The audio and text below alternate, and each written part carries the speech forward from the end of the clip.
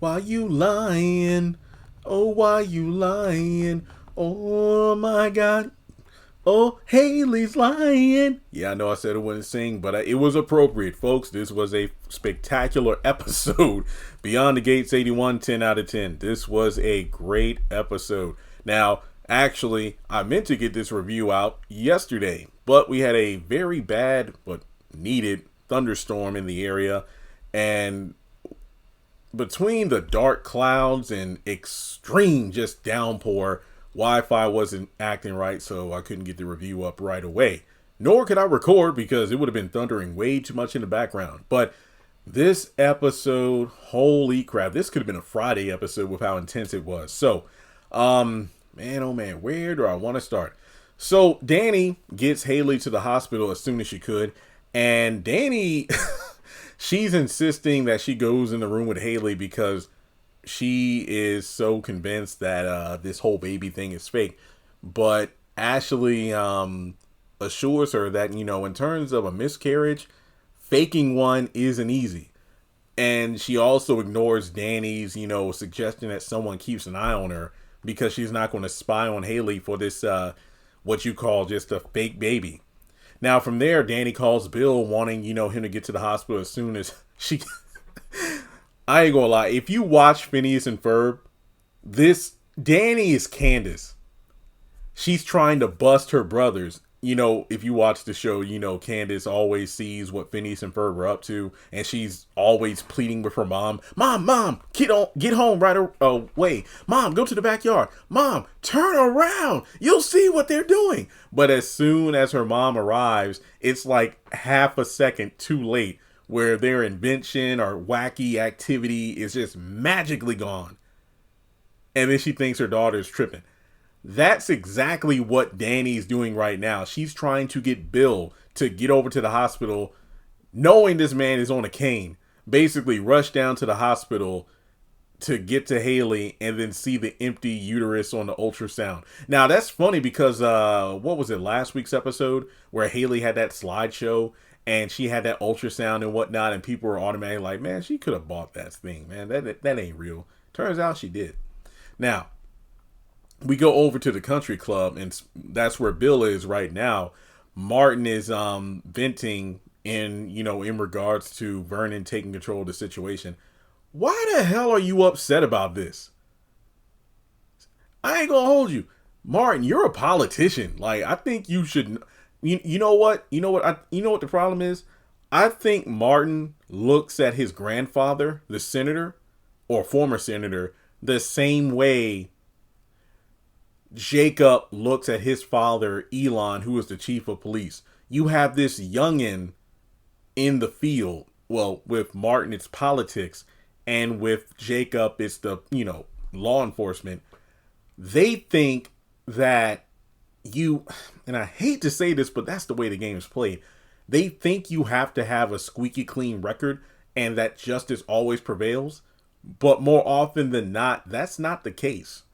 Like, there are people who bend rules. They're shady dealings. I mean, how many times do we see people who are determined to clean up the system from the inside, but once they become part of that quote unquote hive mind, they come to realize that, hey, these people shit stinks just like everybody else, and the only way to get things done is through underhanded tactics. Case in point, one of my favorite, look, I'm a sucker for the old black and white classics. Mr. Smith Goes to Washington. You have this, energetic young person who's excited to be part of DC government officials. He's part of a senator and whatnot in Congress, but he just knows that he's going to make a difference. He believes in it. But then come to find that some of the people he looked up to his whole life turned out to be corrupt. And in order to make things happen, it's like you have to rub elbows with some slimy people. And it sucks, but that's the way the world works. And similar counterpoint, similar subject, it's like people who always complain about, the rich like Elon Musk or Jeff Bezos or whoever. these people on these rocket ships, or it's like this person has the money to feed the world and cure world hunger like 15 times over, but they won't do it. Number one, if you were in that position of power and you had the money to do so, would you do that? So what do you look like trying to, criticize someone else? And on top of that, it sucks, but that's the way the world works. There is the haves and the have-nots. And no, that is not meant to be a reference to Tyler Perry's show, but that's just how it is. Because going back to The Incredibles, what did Syndrome say? When everybody's super, no one will be. There will always be a level curve or hierarchy in terms of social and economic living. That's just the way it works. Wow, I did not mean to go on that tangent, but I was cooking there for a minute. But essentially, from there, Martin just needs to realize that, yeah, you look at I honestly feel that, especially based off, Vernon's demeanor this week, at least so far, he's done some stuff. And not to mention, like Bill said, the Duprees, the almighty Duprees, they'll hire a cleanup crew to take care of their messes as long as they don't have their hands dirty. So there's no telling what Vernon did in his younger days to make it to where he is now. And I'm not just talking about the fact that he's a Dupree, but in terms of his political career. Just think about it. So yeah, he's complaining about, his grandfather blocking him out. Bro, you have a room full of people handling your problems. Shut the hell up. So he points out that Kenneth is working tonight, and Bill asked for Martin to point him out. It turns out Ted, being a plastic surgeon, gave Kenneth a new face, and he's just found out about it. So holy crap, that's pretty cool. Bill sees that Danny's calling his phone, but he ignores it because obviously he's in the middle of something. And Martin is just taken aback that his dad never told Nicole about any of this. But, Bill kind of vouches, saying that Ted understands that people are complicated, and he urges his former nephew to just do what he's told about this situation. And Martin wonders if they plan to end the guy. So from there, Ashley actually calls Bill and informs him that Haley's in the hospital for cramping. And it makes sense he would take her phone call because, she was his nurse in the hospital. Now from there, Bill tells Martin, look, call me as soon as that busboy shows up, and then he just takes off immediately. Well, as fast as he can. Wait a minute. He didn't have a cane in this episode, did he?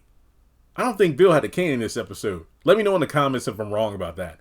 So as soon as Bill gets out of there, Kenneth shows up to taunt Martin about that money. And he's like, look, if you want that money, you're going to have to show up to the casino or this whole thing is over with. Now, from there, we go over to Eva's hotel room. Ted shows up and tells her that, hey, sorry about, flaking on our dinner plans, but I had to check on a patient. And she knows automatically that he's making up a cover story. And Eva tries to, say like, hey, it's just killing me on the inside watching you be apart from your wife. I mean, Nicole, you two love each other so much, and what you need to do, you need to prove to Nicole that he's worth trusting once again. And that means telling her about whatever happened on the night that, you don't want to talk about. So from there, we go over to Nicole's, and Andre shows up, and he says like, look, I'll do anything for you and Uncle Ted. But she outright says, stop sleeping with my sister. And he's like, wait, did Danny tell you? And, well, even if she did, I'm not ashamed of it. So this is where I okay. I love Nicole. And I still sympathize with what happened at the anniversary party. And what she's doing is completely normal and human. And I think that one thing people need to understand, despite being a therapist, a renowned therapist at that, respected in her field, accomplished, years under her belt, everyday normal people, we more often than not find ourselves in situations that we know how to get out of. But it's one thing to know how to resolve something or know the answer to something, but on a more personal level, you can tell somebody how to do something. Look, you're in this funk. You need to do 1, 2, and 3 in order to get out of it. But sometimes you just need to sit in it. And then other times, especially in her case, she's a prime example of someone who can evaluate everyone around her, but when it comes to herself, she finds it difficult. Basically, nearly impossible to take her own advice, even though it's solid. She knows what she needs to do to move forward, but it's like I said, she's probably had like 1,000+ patients, but when it comes to her, her entire life has been shaken up, and it's understandable. But the thing that a lot of people are kind of, just conflicted about is the fact that Nicole has all the smoke for everyone except the people who deserve it the most. Leslie and Ted. Yet here she is going in on this is displaced anger. I just hate seeing it, because I made a tweet earlier. I'm like, if you're a DC comic fan, I'll never forget that one panel from a comic from Red Hood and the Outlaws where Batman was pissed off that Jason, I think, had killed the Penguin. Spoiler alert, he didn't really kill him, but he shot him on live TV. And Batman was pissed because it's like, I told you can operate in my town, but not to use lethal force and kill. So he beat the brakes off of Jason Todd, and Jason laughed because he literally punched him so hard he cracked his helmet, the Red Hood, and he's like, wow, I've never even seen you hit the Joker as hard as you just hit me, and you hate him. And then Batman hit him again. That's exactly how I feel about this. It's like, Batman, why do you have so much anger towards, one of your colleagues or whatever when they use lethal force, and you are more pissed off about that than when the Joker kills 1,000 people? It makes no sense to me whatsoever. Now, you could argue, well, it's kind of like, well, he trusts his Bat family to abide by his rules and regulations, not stoop to the level of the villains. Yeah, I'm pretty sure killing one person is way less atrocious than 1,000, but whatever. And when it comes to Nicole, well, this is a plot point that's talked about later when Ted shows up. But the fact that the betrayal, what's that saying? Some people, if you give them a hammer, well, you don't give them a hammer because everything they see suddenly becomes a nail. That's kind of what Nicole is doing. Because of the betrayal of Ted, she looks at any infraction as a major sense of betrayal. My sister betrayed me. Andre, you betrayed me by lying. It's none of your damn business. These are consenting adults. So Andre is just taken aback saying, look, what we're doing is not wrong just because you don't approve of it.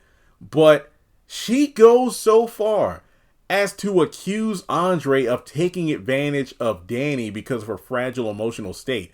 And he's like, Danny, regardless of her emotional state, is no one's prey.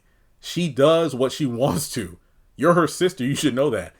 And yet again, she's like, you're just using her because of her heartbreak, because you have this reputation as a freewheeling Romeo and whatnot. And my sister should have been off limits to you. And yet again, he's like, look, I'm not related to her. And I care about you, but neither me or Danny are thinking about love. We're just doing our thing. And from there, she's like, oh, well, if that's the case, I'm sure you're boosting Danny's ego and you're not thinking about the long term. You're just a short-term solution to a long-term problem. Listen, Nicole, I love you, but just because you're going through the rocks in your marriage right now doesn't mean you have the right to diminish. Basically, she's psychoanalyzing everyone around her, but she needs to chill. So after Andre leaves, Ted shows up and apologizes for, keeping secrets. Let me just say, this to me was new Ted's best episode, this particular scene right here. So he's come over to talk about the night of what happened with Martin. And she just jumps in accusing him of thinking that, you think I'm weak and whatnot. And let me remind you that when we were together, I did my part by holding up half of the sky that we, stood under. So from there, he explains you know what? I'm sorry it took me so long for me to see that now. But I've come to tell you that there's something else you need to know. And I didn't tell you because it wasn't my story to tell. She automatically assumes it has to do with the Andre Danny thing, and she's disgusted by it. And it's like, wait, hold up. That has nothing to do with either one of us. And what you're doing is blowing this whole thing out of proportion. And I don't know why you're clutching your pearls at your family, given all the patients that you've dealt with over the years. And she's like, well, don't you dare. I set higher standards for my family. And I ain't gonna, Ted was low key cooking with this. He's like, you know what? You're going to end up being very lonely if you end up pushing everybody away from you because they're flawed. And that's kind of what she's doing because of Ted's, affair and whatnot. It's like why is Nicole looking for little excuses to fly off on her own family? Yet she's been way more understanding of Eva than she deserves. That's what's making this very difficult for me to stomach. But he says, like, I regret Dana and everything that occurred with her, but if I hadn't buried that secret, we would have missed out on the best days of our lives. And, well, he, again, is low-key right, because the last 20-something years, he was the picture-perfect husband. So he insists that my love for you hasn't changed and there's nothing he wouldn't do for her. And he's like, come down off your pedestal, princess. So he gets up, buttons up that jacket, and he walks out. I'm like, all right, now, all right. Shit. He did his thing with that scene. He did. He really did. So from there, we go over to the hospital. Bill actually shows up, and he's surprised that Danny is still there. And Andre tries calling Danny, but just like with Bill, he ignored the phone call. When Bill ignored Danny calling him. But she complains to Ashley about Haley, and Ashley points out that Haley may have just miscarried, and Bill won't be happy about it. So Danny's like, we'll cross that bridge when she gets to it. So basically, Ashley's telling Danny she's tripping. And from there, they chat about how, Ashley and Derek split up, and Danny's like, what you need to do is find a distraction. And lo and behold, Andre walks in. So he and Danny chat for a bit about Bill and Haley being in the room together, and he hopes that Danny hasn't been throwing hands with a pregnant woman. That is a fair assumption for him to make. But she claims, like, look, I only wanted to check in on the invisible fetus. These little lines and the way they're delivered kill me every time. He tells Danny that, look, Aunt Nicole wasn't too happy about us because she just laid into me about it. So over in the hospital room, Haley's in there crying, explaining that the baby's fine, and these are happy tears because the baby's okay. Apparently they did an ultrasound, and she got to hear the heartbeat, and he's just relieved by that. And she says, like, you'll be the best daddy ever. And he's like, hey, can we get the technician back in here so I can see the baby? And she explains that, they're going to email me a video of it. Bullshit! So Bill asks about her pain that brought her in, and Haley says, oh no, the doctor was telling me it's normal. And then this Dr. Perkins comes in and confirms that Haley's in good health and she'll be discharged soon. But I don't think she said Haley and the baby. Typically in situations like this, don't the doctors identify, like, hey, this person and the baby or the babies are okay, not just Haley? So after the doctor steps out of the room, Haley confirms that I actually went over to Danny's to confront her about, you going over there tonight. But Bill just lets her know, like, look, I only told her that I'm committed to you, and blames Danny for stressing her out and causing her cramps. But Haley stops him from going to Danny about it. Yeah, because she knows that if Bill goes to confront Danny, she's going to have a counter argument, and then her whole lie is going to be blown up in her face. So after Bill comes out of the room, he surprisingly thanks Danny for looking after his new little family, and he won't forget it. So he plans to spoil Haley for the rest of her life. Damn, that's kind of brutal. To say thank you. Now I'm going to spoil my new wife. Bye. So after that, Danny goes over to Ashley, and she says she guesses she found out the baby's real, huh? So Andre steps up, and yeah, from there, his aunt promises to talk to her sister. So, dang. After that, we see Bill pushing Haley out in the wheelchair, and she tells Danny thank you for the help and hope things can be different between them. Bull crap.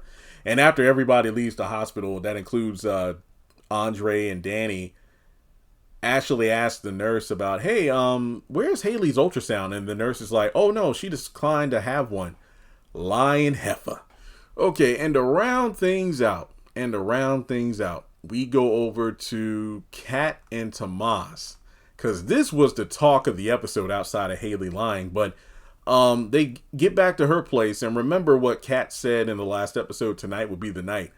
And shoot, she mentions how, you haven't been looking into my eyes all night. Are you nervous about this? And he is nervous and tells, her like, I don't know. And she's like, no.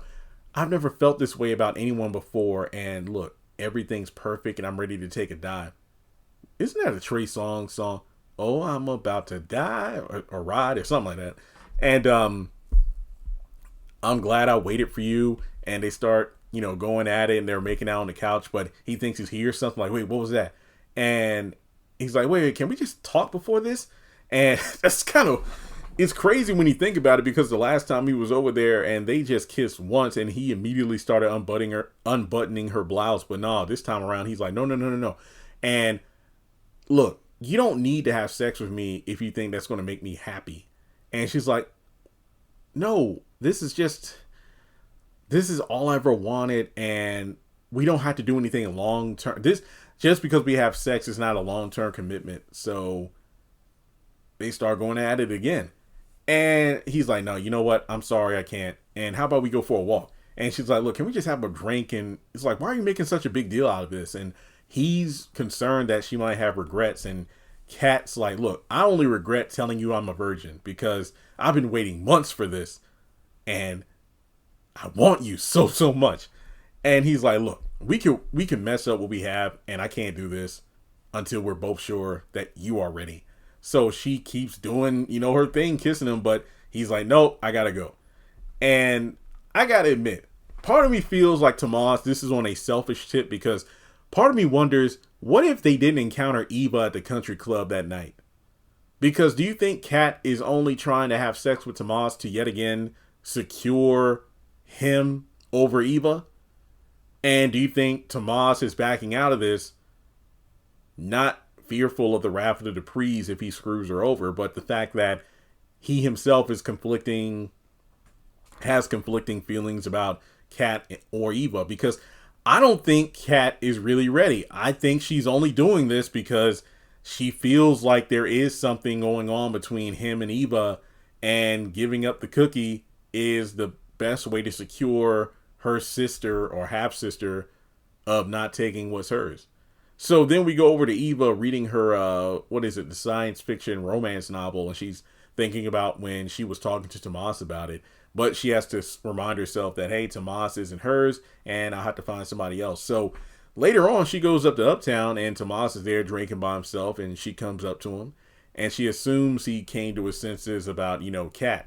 But he says, like, he just wishes, you two sisters could get along. And she points out the one thing they have in common is what they're most likely to cause conflict, which is him. And Tamas decides to, get up out of there and go home. So, yeah, this is a very solid episode, folks. Let me know your thoughts in the comments below, and I'll catch you in the next one.